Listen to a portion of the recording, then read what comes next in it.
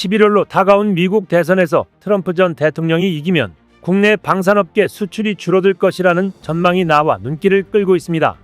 하지만 궁극적으로 중국의 군사력 양적 확장에 따라 한국이 절대적으로 필요한 트럼프는 한국에 의지할 수밖에 없으며 또 한국을 롤모델로 삼는 주장이 나와 주목되고 있습니다. 게다가 미국이 30년간 지속해온 핵 군축 정책이 핵 확장 정책으로 전환될 가능성이 언급되고 있어 차기 트럼프 대통령을 통해 한국도 그 대상이 되는 현실이 다가오는 상황입니다. 이 내용들 좀 더 자세히 알아보도록 하겠습니다. 10일 산업연구원이 공개한 미국 대선 향방에 따른 방위산업 영향 및 대응과제 보고서에 따르면 바이든이 당선되면 한미 방산협력과 수출호조가 지속될 것으로 예상했습니다. 반면 트럼프 당선 시 미국 방위산업 재건과 바이 아메리칸 기조를 강화하면서 한미 방산협력이 후퇴할 가능성이 있다고 본 것입니다. 특히 트럼프 정부의 노골적인 방위비 분담 인상 요구는 한미 방산협력을 가로막는 장애물 중 하나입니다.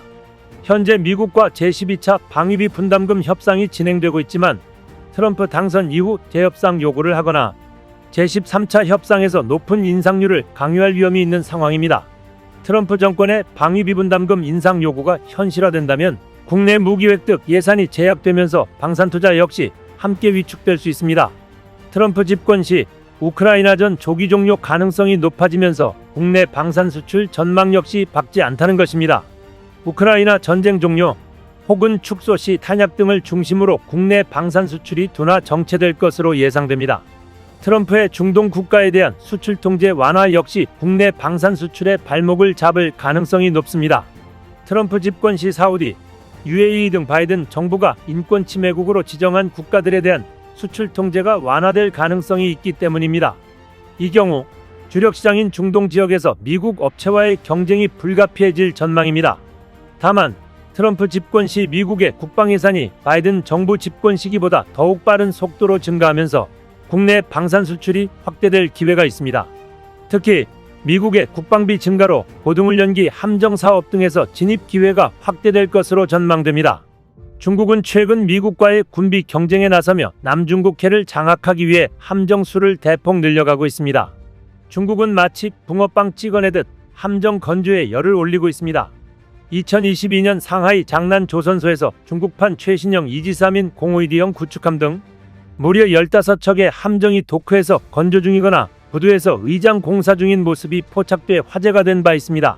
미 해군 정보국은 같은 해 3월 보고서를 통해 지난 2015년 중국 인민해방군 해군은 255척의 전투함을 보유했지만 2021년 말에는 360척으로 늘어 미 해군보다 60척이 더 많아졌다고 밝혔습니다. 그 뒤 미중 해군 간 전투함 격차는 해마다 커지고 있습니다. 미 군사정보 매체 더 워존 자료에 따르면 중국 조선소의 수용 능력은 2320만 톤 이상으로 미국의 10만 톤 미만보다 232배 이상 큰 것으로 나타났습니다. 2022년 중국 군사개발 연례보고서는 중국 함대가 2025년까지 400척, 2030년까지 440척으로 성장할 것이라는 계획을 추가로 발표했습니다. 이 같은 중국 해군의 유례 없는 초고속 양적 팽창에도 불구하고 질적인 측면에선 아직 미국에 상당히 뒤떨어져 있으며 앞으로 개선할 여지가 많다고 상당수 전문가들은 지적하고 있습니다. 하지만 일부 중국 함정은 미국 함정보다 훨씬 화력이 막강한 것도 있습니다. 예컨대 중국 해군의 055형 구축함은 배수량이 미 해군 티콘데로가급 순양함 수준인 12,000에서 13,000톤으로 일반적인 구축함보다 월등히 크며 화력도 엄청납니다. 함대공, 함대함 미사일을 발사할 수 있는 수직 발사관이 112개로 미 해군의 최신 알레이 버크급 구축함 96개보다 많습니다. 최신 무선 및 대잠 무기도 탑재하고 있습니다. 중국은 2014년 055급 구축함을 건조하기 시작한 이래 모두 8척을 배치했습니다. 미국의 주멀트급 구축함 건조는 훨씬 속도가 느려서 5년 전 건조를 시작했지만 현재 2척만 배치된 상태입니다. 055급 구축함에 필적할 수 있는 함정이 한국이 보유한 세종대왕함입니다. 배수량 12,000톤으로 055급보다 다소 작지만 수직 발사관이 128개로 더 많으며 함대공, 함대잠 미사일과 순항미사일을 발사할 수 있습니다. 함정의 수에서 밀리기 시작하자 미국도 한국의 SOS를 요청하고 나섰습니다. 미 CNN은 지난해 6월 한국과 일본에서 건조한 군함을 미국이 사들이는 방법이 해결책이 될 수 있다고 제시했고, 미 싱크탱크 전략국제문제연구소 역시 지난 5일 중국 해군과의 경쟁에서 미국이 우위를 점하려면 한국과 일본 등 조선산업이 강한 동맹국과의 협력을 강화해야 한다고 제언했습니다. 미국이 건조 중인 콘스텔레이션급 프리기트함은 건조 비용이 3배, 승선인원도 2배에 달합니다. 해군 병력 모집에 어려움을 겪는 미군으로서는 승선인원이 적다는 점이 큰 장점입니다. 이런 병력 문제들 때문에 트럼프가 재선되면 미국이 군 의무 복무를 할 수 있다는 주변 인사들의 주장이 나오고 있습니다. 한국을 롤모델로 보고 진행하고픈 속내가 엿보이는 부분입니다. 도널드 트럼프 전 미국 대통령 주변 인사들이 트럼프가 재선에 성공하면 군 복무를 의무화하는 방안을 거론하고 있다고 워싱턴 포스트가 11일 보도했습니다. 보도에 따르면 트럼프 2기 국방부 장관 후보로 거론되는 크리스토퍼 밀러 전 국방장관 직무대행 등 트럼프 측 인사들은 의무 복무를 통해 군 병력 부족을 해소하고 사회를 통합할 수 있다고 주장합니다.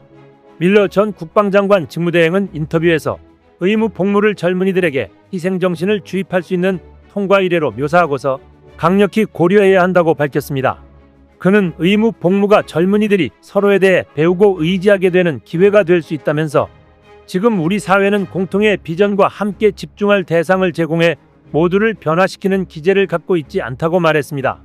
그는 차기 보수 정부의 국정과제를 담은 프로젝트 2025 보고서에서 연방정부 지원을 받는 학교에 다니는 모든 학생이 군 직업 적성 검사를 의무적으로 치르도록 해야 한다고 주장하기도 했습니다. 이 검사는 입대 희망자의 능력과 지능 등을 평가해 적합한 군 보직과 연결하는 데 사용됩니다. 트럼프의 부통령 후보로 거론되는 JD 벤스 상원의원 역시 인터뷰에서 군 복무 인원을 확대할 필요가 있다면서 난 의무 복무라는 발상을 좋아하며 전시에 국한해서 말하는 게 아니다라고 밝혔습니다. 최근 몇 년간 미국은 군 병력을 확보하는 데 어려움을 겪고 있습니다. 국방부는 작년에 전체 모병 실적이 목표보다 약 41,000명 미달했으며 해병대와 우주군만 모병 목표를 달성했습니다. 육군은 모병 어려움을 설명하면서 젊은 미국인의 71%가 비만, 마약 사용, 신체 정신건강 문제, 비행, 적성 등 때문에 입대할 자격이 안 된다고 밝힌 바 있습니다. 미국은 베트남 전쟁 종전 2년 전인 1973년 징병제를 폐지했습니다. 그러나 트럼프 전 대통령은 자신의 소셜미디어에서 워싱턴 포스트 기사에 대해 가짜뉴스라면서 워싱턴 포스트는 8년 동안 유권자와 내 관계를 훼손하려고 시도했고 실패했으며 이것은 그런 시도의 연장선일 뿐이다라고 밝혔습니다.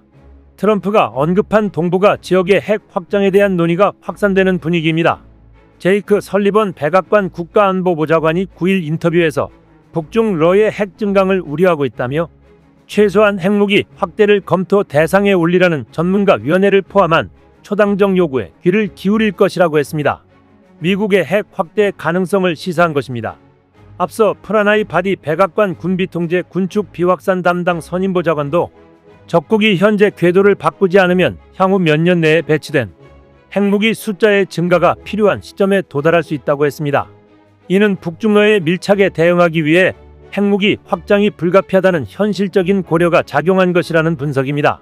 공화당과 민주당 모두 핵 확장 필요성을 거론하는 만큼 11월 대선을 고비로 미국이 새로운 핵 정책을 짤 가능성이 큽니다. 특히 트럼프는 한일이 자체 핵무기를 보유하는 것에 열린 생각을 갖고 있다고 말했던 사람입니다. 핵 군축을 고집하던 민주당 정부도 북중러의 핵 폭주가 심각해지자 종전과 다른 말을 하기 시작했습니다. 그런데 북중러와 머리를 맞댄 우리만 핵이 없습니다. 일본은 우라늄 농축과 사용 후 핵연료 재처리 권한이 있지만 우리에겐 없습니다.